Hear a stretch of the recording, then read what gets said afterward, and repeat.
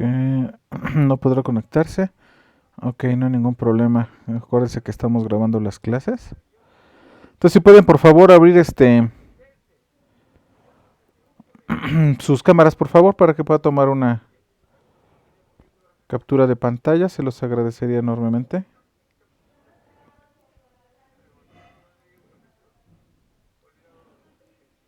Jóvenes, abran sus cámaras, por favor. ¿Sí me escucharon?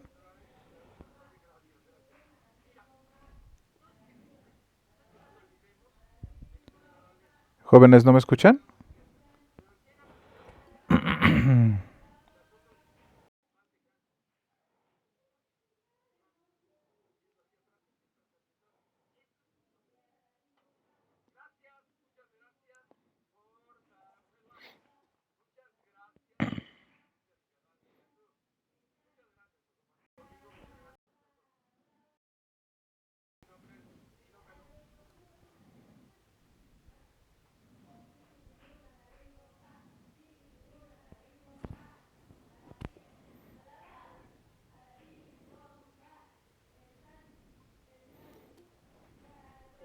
Jóvenes, ahora sí ya me escuchan. Parecía que perdí como el audio. Ok, perfecto. ¿Podrían, por favor, abrir sus cámaras para poder tomar una captura de pantalla?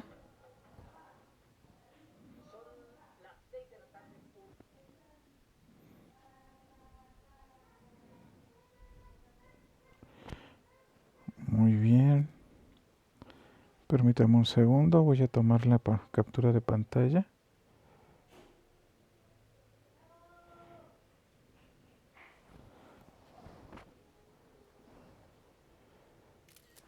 Muy bien, ya tomé la captura de pantalla. Quien quiera cerrar sus cámaras, no tengo problema alguno.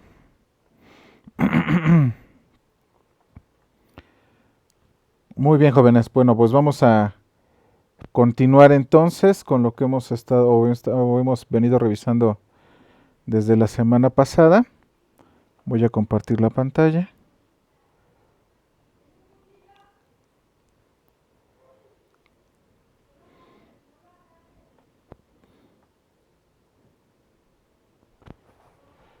Muy bien, habíamos quedado por ahí con alguien, creo que el joven Roger había quedado que retomáramos un poco la parte este, de si son bacteriostáticos o si son bactericidas, ¿no? Por ahí que había quedado un poco la pregunta y la duda. Muy bien, habíamos estado platicando que les dije que pues había dos formas de ver esto, precisamente era uno como un bacteriostático y otro como bactericidas. Esto se ha utilizado pues dependiendo de la acción. Si inhibe el crecimiento, es un bacteriostático, es decir, inhibe, digamos, la fisiología o el metabolismo normal de la bacteria, se convierte en un bacteriostático, mantiene la bacteria ahí hasta que pues obviamente muere y ya no hay reproducción. Y cuando lisa a la bacteria se le llama bactericida. Cuando se rompe o atenta con la integridad de la bacteria, pues se le conoce como bactericida. Sin embargo, esta calificación, pues les digo, no es totalmente exacta. El alcohol, por ejemplo, es un bacteriostático. Lo que hace el alcohol es deshidratar a las bacterias. Por eso también no es tan recomendable, ¿no? Hacerse para hacer cuestiones de tratar de eliminar bacterias y demás, pues a veces se utiliza el yodo y otras cosas, incluso el cloro o otras soluciones, porque lo que hace el alcohol es deshidratar a la célula queda deshidratada, queda de forma bacteriostática, digamos, o queda como, inhibe su crecimiento y demás, pero eso no significa que la bacteria esté muerta, ¿no? Puede haber casos donde recupere la humedad y demás y vuelva a tener actividad. Ahora, sí, esta clasificación es bastante inexacta, puesto que pues, estos términos varían dependiendo del tipo de bacteria y la concentración del antibiótico. Fíjense, por ejemplo, el cloranfenicol, que vamos a revisar más adelante, se comporta como bacteriostático frente a E. coli y otros microorganismos, y como bactericida frente a algunas cepas de Staphylococcus pneumoniae o de meningitis o de la misma influenza, ¿no? Entonces también va a depender muchísimo del tóxico, del antibiótico, las dosis y hacia dónde actúe. Pero pues de manera general así es como se les conoce, como bactericidas o bacteriostáticos. No sé si por ahí quedó ya más o menos joven Roger. Porque vean, por ejemplo, es el caso de la penicilina. Es bactericida frente a los cocos gram positivos, con excepción de los enterococos, ante los cuales actúa como bacteriostático, debido a que a pesar de inhibir la formación de la pared bacteriana, no activa las enzimas autolíticas intrabacterianas, así como al neumoné, que es por un fenómeno de tolerancia, cuando la sepsis respiratoria se comporta como bactericida, y sin embargo, cuando es en el sistema nervioso central, actúa como bacteriostático, con la misma bacteria, ¿me explico? Aunque no se puede lograr pues un nivel de concentración bactericida superior a la concentración inhibitoria mínima, es decir, aunque uno quisiera que actuara de una manera o de otra, pues hay límites. Entonces, ante la misma bacteria, dependiendo de dónde esté la bacteria, la misma, el mismo antibiótico, pues actúa de diferente manera. Voy a permitir la entrada de alguien. De hecho, bueno, pues así más o menos va el asunto, ¿me explico? Ahora se debe conocer la acción de cada familia de antibióticos, pues la asociación de un bacteriostático con un bactericida pues retrasa la acción de este último al actuar básicamente sobre los gérmenes en crecimiento, ¿no? Y además existen infecciones donde los bactericidas tienen indicaciones precisas, como en las endocarditis bacterianas, las meningoencefalitis bacterianas, neutropenias con fiebre y en los estados sépticos graves en general. Precisamente por eso pues uno va estudiando por grupos, ¿no? Y aquí pues vamos a hablar precisamente de las penicilinas, que les decía, es el primer antibiótico que se encuentra. Hoy en día muchos antibióticos son buscados en la naturaleza, es decir, ha habido siempre pues una guerra tremenda a lo largo de la historia evolutiva pues entre diferentes grupos de bacterias, hongos contra bacterias, bacterias contra hongos, etcétera, etcétera, y esto ha provocado pues el desarrollo de verdaderas sustancias químicas que se utilizan como armas biológicas o armas químicas, más que biológicas como químicas, y que permite precisamente a los individuos pues pelear contra otros microorganismos y con ello colonizar los ambientes. En realidad la penicilina, pues hoy en día pues se le llama penicilina pues a un grupo grande de antibióticos de origen natural o semisintético, que ahorita vamos a revisar, y son producidas principalmente por los hongos del género Penicillium.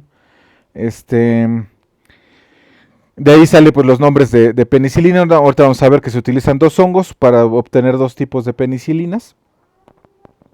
Sin embargo, les digo en un inicio, esto de la penicilina se sabía ya desde hace algún tiempo de manera empírica con los mismos egipcios, que utilizaban el pan mohoso para curar heridas que estaban infectadas. Si había una herida infectada, ya la infección estaba dominando, porque es la cuestión, acuérdense que el uso de antibióticos es precisamente para, pues en teoría, ayudar al sistema inmunológico a que haga su función más eficazmente, y eso es lo que le ha puesto en la chapa pues tanto al sistema inmune como a lograr ahora bacterias que son resistentes a un montón de antibióticos, ¿no? Esta parte de la resistencia que estuvimos revisando en las clases pasadas, de tratar de entender cómo se pasa estos pedazos de ADN con la información que le permite o no resistir precisamente al ataque del antibiótico, ¿no? Entonces aquí en este caso se da también por serendipia, como se hace mucho en ciencia. Este término de serendipia es cuando alguien está buscando una cosa y encuentra otra, o sin querer encuentra algo, es como una cuestión de casualidad, digamos. En ciencia es muy usado el término de serendipia. Muchas cosas se han hecho por serendipia, ¿no? Se está buscando una cosa y se termina encontrando otra. En este caso, pues fue algo muy parecido. Lo que observó Alexander Fleming, pues era precisamente que aquellos individuos que venían con heridas, que habían estado en contacto con lodo y otras sustancias naturales, parecían tener menos problemas de infección en las heridas que aquellos que habían estado en ambientes mucho más, como, pues les llamaríamos mucho más limpios, ¿no? Y él se dio cuenta que pues había algo ahí que estaba inhibiendo el crecimiento de las bacterias y no tardó pues en darse cuenta que era un hongo que estaba produciendo una sustancia. El hongo es de género Penicillium y de ahí sale el nombre de penicilina, y de las cuales se utilizan para sacar la penicilina cristalina y lo que se conoce como penicilina V o la penicilina G, que viene del Penicillium notatum, y la penicilina V, que viene de Penicillium chrysogenum, que es que está acá.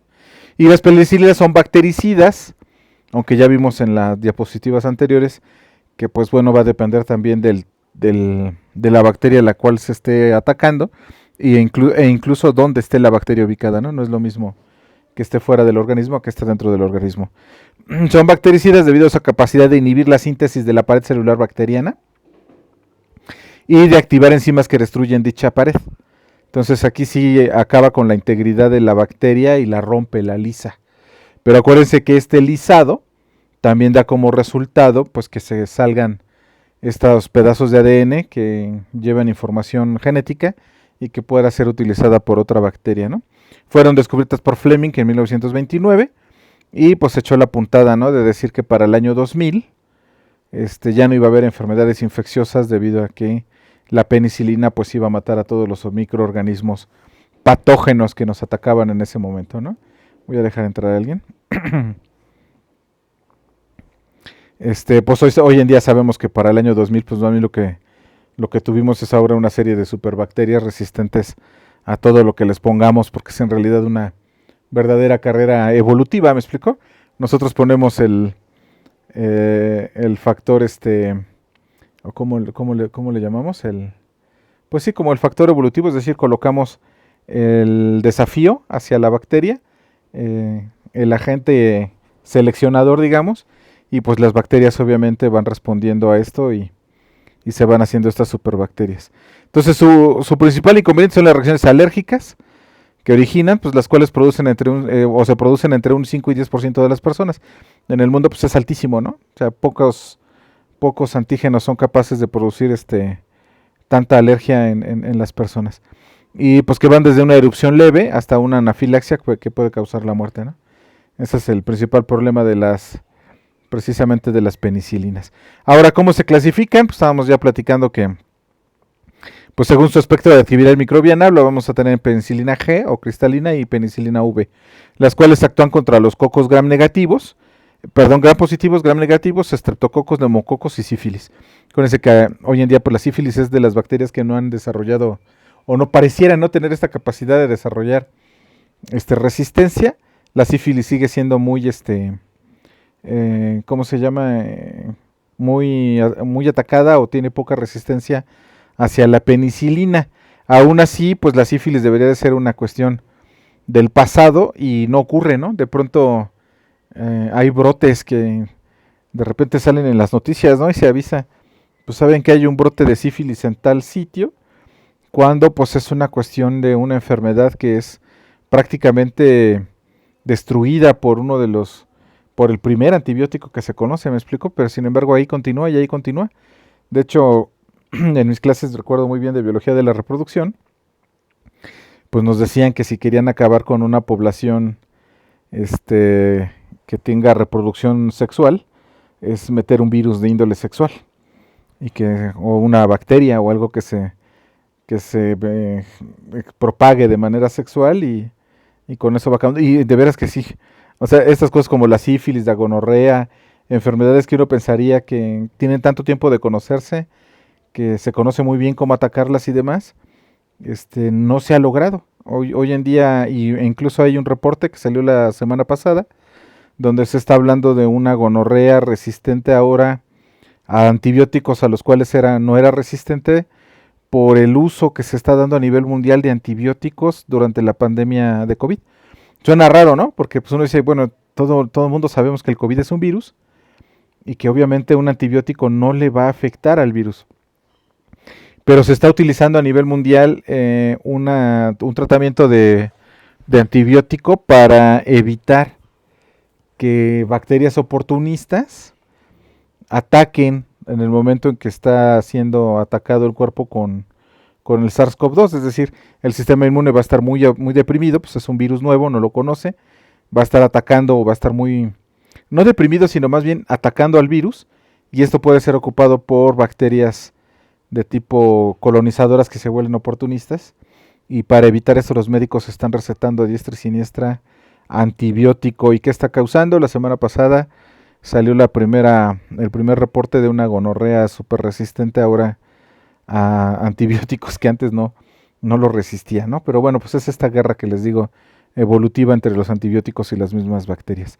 Entonces, penicilinas menos potentes que actúan contra microorganismos sensibles a penicilinas G y V, pero muy potentes contra Staphylococcus aureus, productor de penicilinasa. La penicilinasa es una precisamente enzima que muchas bacterias tienen, que ayuda, pues no solamente para la penicilina, ayuda para muchos antibióticos, pero fue descubierta inicialmente en la penicilina, que lo que hace es desdoblar la penicilina y quitarle su actividad antimicrobiana. Entonces es la penicilinasa. Esta enzima, muchas bacterias la tienen, y para ello se han desarrollado algunas penicilinas que son menos potentes, pero que actúan, por ejemplo la dicloxacilina, la oxacilina, meticilina, nafcilina y cloxacilina, ¿no? Que son del grupo de las penicilinas, pero que tienen menos potencia, aún así resistentes a penicilinas. Las penicilinas que actúan sobre microorganismos gram negativos, como contra Haemophilus influenza, Escherichia coli, Proteus mirabilis, como la ampicilina, la amoxicilina, la vacampicilina. Vamos a revisar algunos de estos para ir viendo cómo son su forma de actuar. Otras penicilinas que actúan contra pseudomonas, contra Klebsiella, como la ticarcilina, piperacilina y carbenicilina. Todos estos son las clasificaciones que tenemos precisamente de las penicilinas. Ahora, los espectros de actividad de las penicilinas G y V son similares, pero la G es de 5 a 10 veces más activa que la V. Y acuérdense que estas penicilinas son extraídas precisamente de estos hongos que estuvimos platicando. Aquí están los dos hongos en cultivos, ¿no? Aquí están siendo cultivadas en cajas Petri para que conozcan cómo son estos hongos. Y estos antibióticos resultan inactivados por la penicilinasa, que ya estamos platicando, y está contraindicados para las infecciones debidas a gérmenes que elaboren este tipo de enzimas. Hoy en día pues ya se entiende más, ¿no? Esta parte de los antibióticos y su relación con las bacterias y cómo estas bacterias pueden desdoblar a la penicilina. La penicilina V es administrada vía oral y la penicilina G es dada por vía parenteral, ¿no? Serían como las dos diferencias. La penicilina G se formula como sales de sodio o potasio para la aplicación intramuscular o intravenosa, y como sales de procaína y benzatina en preparaciones para depósito intramuscular. Bien, las penicilinas sirven el crecimiento bacteriano. Estamos platicando ahí que al interferir en un paso específico de la síntesis de la pared, y además lisa la pared, ¿me explico? Entonces es un bactericida que estaría rompiendo, ya vimos que tiene sus bemoles, pero que estaría haciendo algo así. En cuanto a la farmacocinética, pues la penicilina V se administra por vía oral, su absorción es a través de la mucosa gastrointestinal. Una vez absorbida se distribuye en el organismo, casi no es metabolizada y se elimina pues, a través de los riñones por la orina. La penicilina cristalina sódica o potásica es inestable a variaciones de pH. Entonces, a medida que el pH se acidifica, se aumenta la inestabilidad de la sal, de tal manera que su uso debe de ser directo, y su vida media es de unos 30 minutos más o menos. También otra cosa interesante aquí que casi no se menciona, es que las penicilinas pueden unirse al alcohol y se potencia el efecto. Por alguna extraña razón, o sea, si utilizan penicilina y llegan a tomar alguna copa de algún licor, se potencializa el efecto de la penicilina. Y es distribuida, pues, se distribuye por todo el organismo según las proteínas plasmáticas. En el 60% casi no se metaboliza y es eliminada en orina o en la bilis a través también de la materia fecal. La penicilina G ha sido adicionada de procaína que sería otra forma de tenerlo, lo que permite que su absorción sea más lenta y de igual modo retarda su eliminación renal. Y la modificación de la penicilina G con una base de amonio permite que este compuesto se absorba de manera muy lenta y sea eliminado de igual forma en un promedio durante 10 a 20 días, ¿no? En el caso de la proteína, de la penicilina G. Indicaciones y dosis y presentación de las penicilinas. Bueno, la penicilina V es empleada sobre todo para infecciones por gérmenes gram positivos, susceptibles, ¿no? O sea, susceptibles significa que no tienen penicilinasa. Por lo regular en las infecciones leves o moderadas, aunque no tienen tampoco ya o no han adquirido resistencia. Por lo regular en las infecciones leves o moderadas por estreptococos, la dosis usual es de 250 a 500 miligramos cada 6 horas en los adultos y de 25 a 50 miligramos por kilogramo por día en tomas fraccionadas para niños. La penicilina V es dada en tabletas, ¿no? Polvo para reconstrucción. Aquí está en 125 250 miligramos. La penicilina G es el fármaco de elección en el tratamiento de la sífilis, que les digo que aún tenemos la fortuna de que la sífilis todavía es sensible a la penicilina. Resulta muy efectiva en las infecciones por meningococos, neumococos, que sean susceptibles, estreptococos, beta hemolíticos y anaerobios, así como en la mayor parte de los casos de bacteriana, por eso endocarditis bacteriana subaguda. Bueno, endocardio, ¿no? Subaguda. Ese fármaco es utilizado para tratar y prevenir la faringitis, la faringoamigdalitis estreptocócica y fiebre neumática recurrente. Obviamente, pues aquí estamos hablando de cuando el paciente no es susceptible, ¿no? Que te vamos a revisar cuándo es susceptible. Entonces, la penicilina G por su lado se puede administrar por vía intramuscular o intravenosa. La dosis normal para los adultos fluctúa entre 5 y 30 millones de unidades un día, mediante el goteo continuo o dosis fraccionadas cada 2 a 4 horas. Las infecciones graves en los niños se trata con 250 hasta 400.000 unidades internacionales por kilogramo al día, en dosis fraccionadas cada 4 horas. Y la la penicilina G con unidad procaína o procaínica es presentada en ampolletas de 400, 800, 2 millones. Y la penicilina G, que es benzatínica, se presenta en ampolletas de 600.000 y de 1.200.000 unidades. Más o menos. Reacciones adversas, como bien platicábamos, las penicilinas pueden incluir dos tipos de reacciones alérgicas. Las inmediatas, entre ellas la anafilaxia, con posibilidad de muerte súbita, urticaria, rinitis alérgica, ¿no? Las tardías, que ocurren hasta en 8% de los pacientes, como enfermedad del suero, diversos exantemas, macular, papular, dermatitis exfoliativa, que suele aparecer 10 días después del tratamiento, pero todas las penicilinas suelen causar nefritis, anemia hemolítica, hemólisis microangiopática, leucopenia, trombocitopenia, alteraciones neurológicas, confusión, agitación e irritabilidad. Es decir, la penicilina no nada más es una cuestión de que se usa y no tiene ningún otro efecto. Pues claro que sí tiene efectos. Es obviamente una sustancia utilizada por los hongos para defenderse de las bacterias, por lo tanto se considera un antimicrobiano, pero es un antibiótico, es decir, también puede atacar células que no sean bacterianas, células eucariotas, en este caso las de nuestro propio cuerpo. ¿Alguna duda hasta aquí, jóvenes? ¿Algo que quieran comentar? Si me están escuchando, ¿verdad? O ya se fueron a... Bueno, espero que ahí estén. Muy bien, vamos a seguir hablando pues de otros grupos ya hablamos de las penicilinas puras, en el caso... Dígame. Una pequeña pregunta, si una persona consume penicilina, en este caso no el medicamento, y presenta de como manchitas en la piel, no manchitas como urticaria, ¿no? Uh-huh. Esos pequeños granitos, ¿es un efecto adverso o simplemente la persona es alérgica? ¿Y cómo determino si es un efecto adverso o cómo determino si es alérgica? Es alergia. Es alergia, es que efecto adverso sería eso. La alergia que está presentando es una reacción inmunológica. Y ¿cómo lo haces? Pues es más o menos simple si raspas con una lanceta en la piel y colocas así directamente la penicilina y ves si se reproduce el efecto. Si se reproduce el efecto así a nivel local en la piel, estás hablando de una alergia.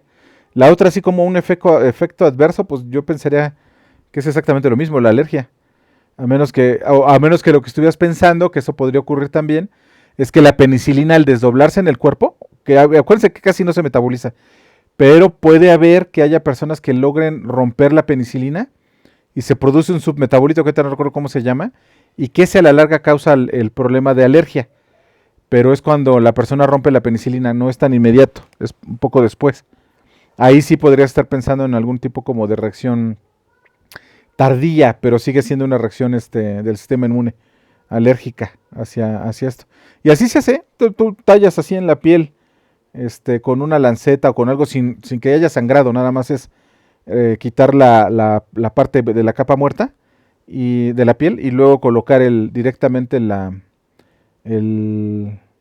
Digo, esa es la manera más como rápida de hacerlo, ¿no? Colocas ahí la penicilina, humedeces la zona, si está en polvo la penicilina, humedeces y observas si luego se enrojece la piel y aparece prurito y aparecen estas manchitas, de inmediato. Es una reacción que estás viendo alérgica. Digo, si nada más le pasa eso, pues ahí uno ve el costo-beneficio, ¿no?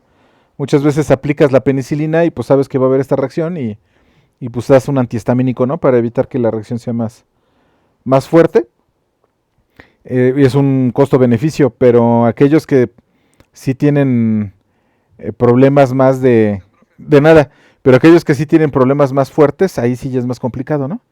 Muy bien, estas son las peniciclinas. Vamos a entrar a hablar ya de algunos grupos de penicilinas, como la dicloxacilina, que es, pues el objetivo de su introducción de la terapéutica antimicrobiana, pues es antimicrobiano, es buscar un fármaco útil y específico. Este es en contra de esta bacteria, productor de beta-lactamasa, es decir, algunos tipos de bacterias que se sabe que son resistentes o que tienen la enzima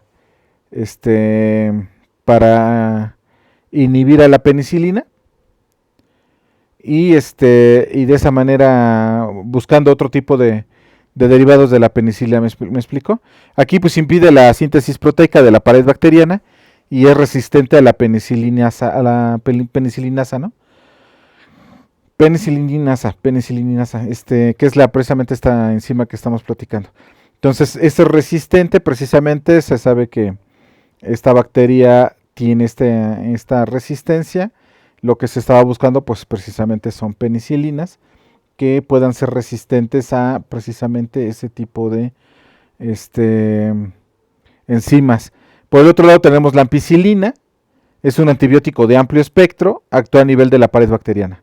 Ahora, ¿a qué se refiere con amplio espectro? A diferencia, por ejemplo, de esta, que es específica, que se buscó específicamente para un grupo o un tipo de bacterias.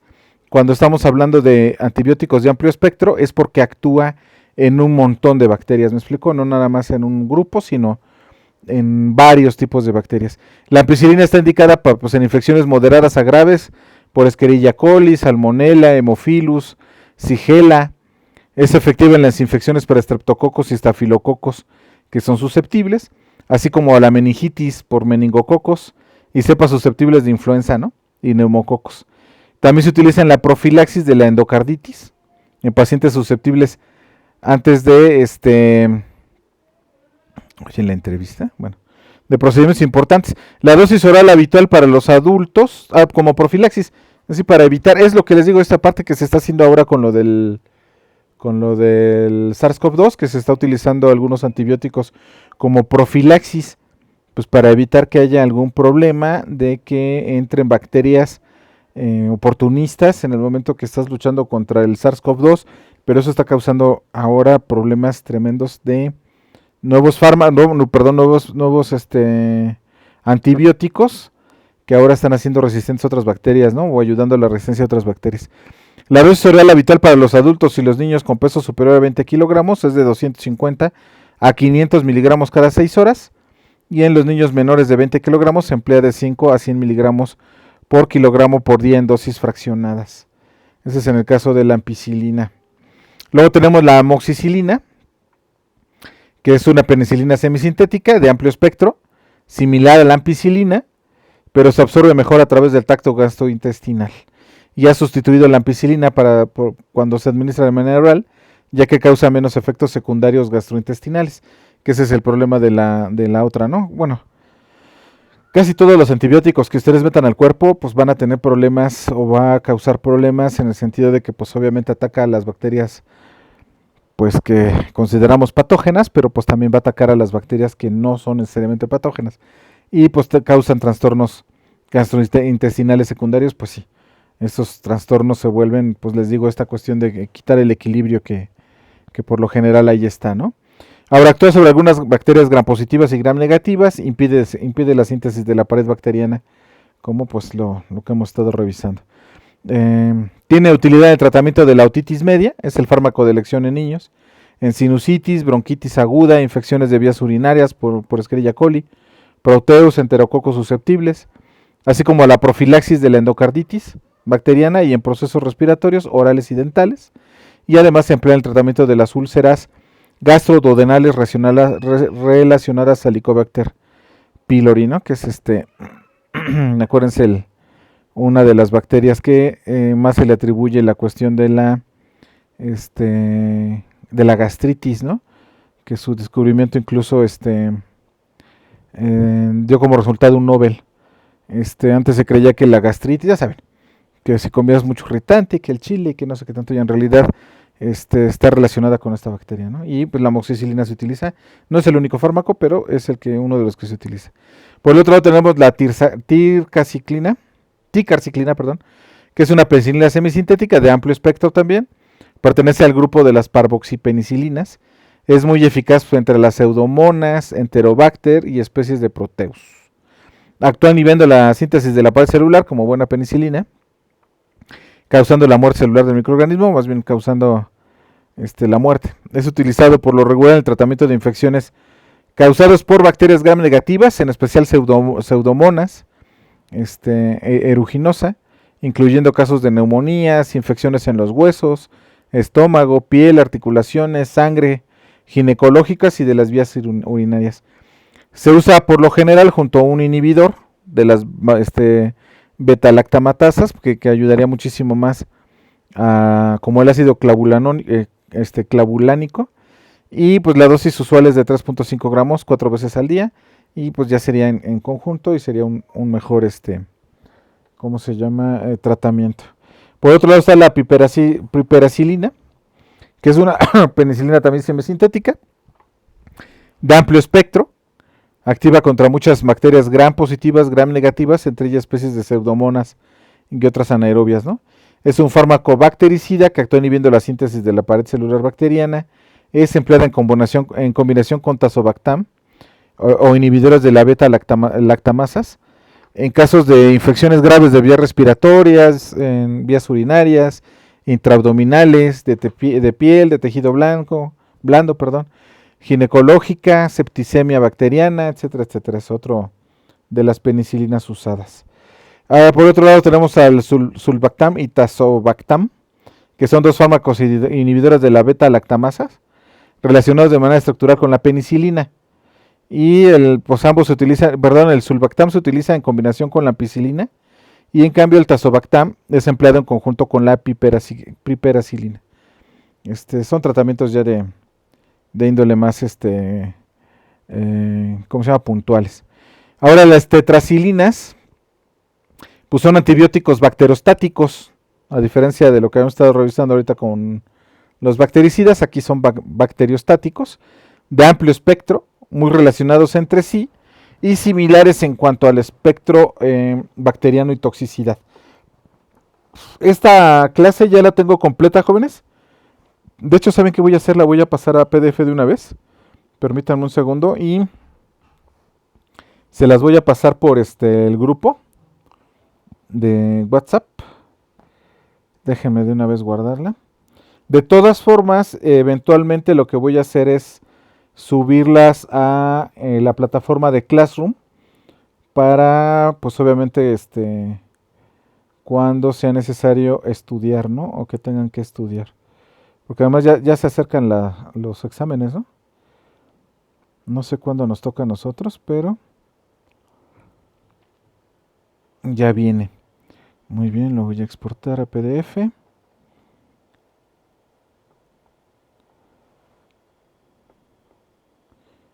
Y de una vez se los voy a pasar porque por ahí había alguien que tenía de repente problemas, ¿no? Para observar la clase. Déjenme ver dónde está abierto el WhatsApp. Acá está.